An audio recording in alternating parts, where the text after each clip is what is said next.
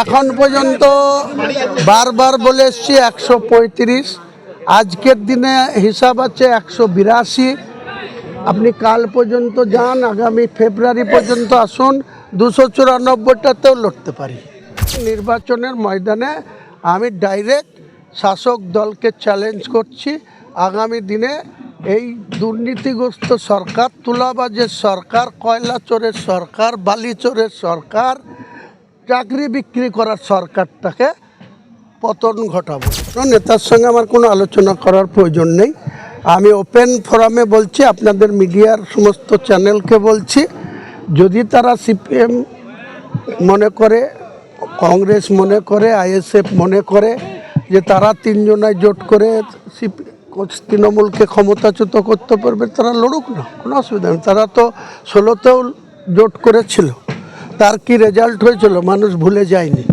21এও তারা জোট করেছিল, শূন্য পেয়েছে, সিপিএমও শূন্য, কংগ্রেসও শূন্য। পরবর্তীকালে সাগরদিঘি মুর্শিদাবাদের বাই ইলেকশনে বাইরনকে জিতেছিল, সেই বাইরনকে 3 মাস কংগ্রেস ধরে রাখতে পারেনি। আমি একটুকু বলতে পারি, আগামী দিনে আমার যে নতুন দল, সেই দলের প্রতীক নিয়ে যারা নির্বাচিত হবে তারা কারো কাছে আত্মসমর্পণ করবে না, কোনো কিছুর বিনিময়ে কারো দলে যাবে না। আমার নতুন দল, সেই দলের আমি রাজ্যের চেয়ারম্যান বা সভাপতির দায়িত্ব পালন করব। আমার 75 জন সহকর্মীর স্টেট কমিটি কাল ডিক্লেয়ার করব এবং পশ্চিম মেদিনীপুরের জেলার সভাপতি ডিক্লেয়ার করব কাল। বাকি প্রত্যেকটা জেলার জেলা সভাপতি, তাদের কমিটি, ব্লক কমিটি, জেলা কমিটি, রাজ্যের আরও কমিটিকে সম্প্রসারণ করা হবে, আরও বাড়ানো হবে পরিধি।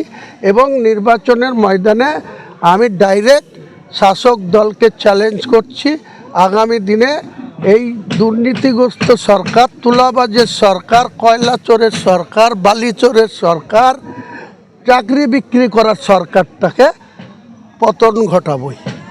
বেশ কিছু মানুষ বলছেন রাজনৈতিক মহলে যে হুমায়ুন কবিরের মমতা ব্যানার্জির সঙ্গে একটা গট-আপ কেস রয়েছে, যেমন বাম কংগ্রেসের দিকে মানুষ এখন যাচ্ছেন, সেই জন্য সেটাকে রোধ করার জন্যে হুমায়ুন কবিরকে দিয়ে মমতা ব্যানার্জি এরকম খেলা। কি আছে বাম কংগ্রেসের? কটা প্রধান আছে, কটা পঞ্চায়েত সমিতি আছে, কটা জেলা পরিষদ আছে, গোটা বাংলার মানুষ দেখছেন।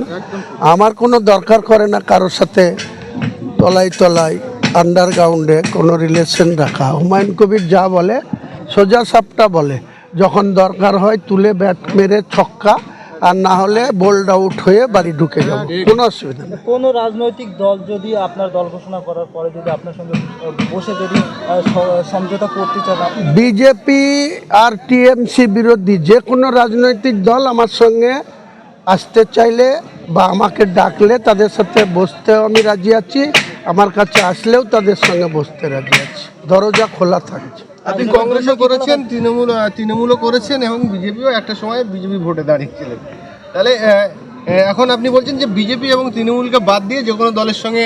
হ্যাঁ, আমার তো লক্ষ্য হচ্ছে পশ্চিমবাংলায় তো টিএমসি ক্ষমতায় আছে, বিজেপি অপোজিশনে আছে। 65 জনের প্রথম যখন 2021-এ ভোট হয়েছিল, এরা 77টা সিট পেয়েছিল, আর আইএসএফের 78। এই যে আমাদের জনাব ফিয়াদ হাকিম বারবার বলেন, বড়াই করে বলেন যে মুখ্যমন্ত্রী এই ছবি থাকলে সবাই তারা পার পেয়ে যাবে। তো 2021-এ মুখ্যমন্ত্রী নিজে হেরেছিলেন, আপনারা জানেন, নিজে নন্দীগ্রামে 1956 ভোটে হেরেছিলেন। তাহলে তার ছবি বাদ দিয়ে আরও 77টা বিজেপি আর একটা নওশাদ, তাহলে 78টা সিট তার বাইরে গেছিল, তাই তো। তারপরে পৌরসভা ভোট হয়েছে, পঞ্চায়েত ভোট হয়েছে, লোকসভা ভোট হয়েছে। লোকসভা ভোটের ডিফারেন্স কত? 12টা সিট পেয়েছে বিজেপি, তারা 2,33,00,000 ভোট পেয়েছে। আর 29টা সিট পেয়েছে তৃণমূল, 2,87,00,000 ভোট পেয়েছে। ডিফারেন্স কত? এই ডিফারেন্সটা কোন জায়গায় যাবে আগামী নির্বাচনে? 2021 সালে 213 পেয়েছিল তৃণমূল কংগ্রেস, আর 77 পেয়েছিল বিজেপি, একটা নওশাদ। ভোটের ডিফারেন্স ছিল ক পার্সেন্ট? 5%। এরা 44% ধরেন, আর এরা 39%, তাহলে 5-6%-এর ডিফারেন্স ছিল। 100টা ভোটের ভিতরে 5টা 6টা বেশি ভোট পেয়ে তৃণমূল জিতেছিল। আর তৃণমূলের যে সরকার 213 পেয়েছিল, আমার কাছে হিসাব আছে 2021 সালে 65টা সিট তৃণমূল জিতেছিল, বিজেপি সেকেন্ড হয়েছিল।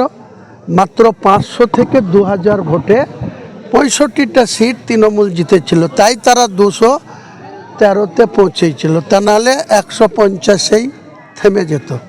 তা আগামী দিনে তৃণমূলকে সবক শেখাবো, বিজেপিকেও সবক শেখাবো। কালকের যে 22শে ডিসেম্বর মানুষের কেমন আগমন দেখছেন এখানে?